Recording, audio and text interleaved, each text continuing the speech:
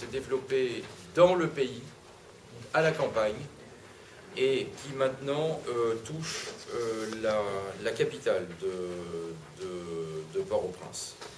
Donc dans ce contexte-là, qui est assez grave, puisque nous déplorons déjà plusieurs centaines de morts, Bernard Kouchner a décidé l'envoi d'ici la fin de la semaine d'une mission médicale en Haïti, qui viendra se conjuguer avec la mobilisation de la communauté internationale en faveur d'Haïti. Plusieurs choses. 1. Nous allons envoyer un spécialiste français de la lutte contre le choléra.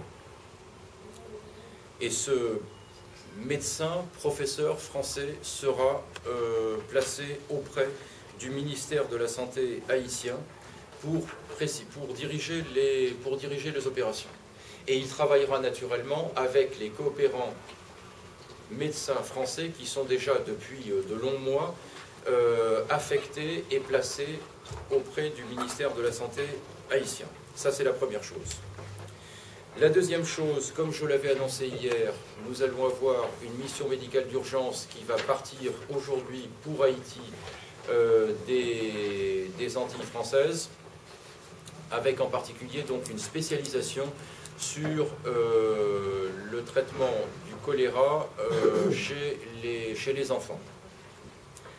La troisième chose, la troisième décision prise par notre ministre, c'est l'octroi d'une subvention exceptionnelle de 100 000 € en partenariat avec la Croix-Rouge française pour aider les structures de la petite enfance qui sont menacées par l'épidémie.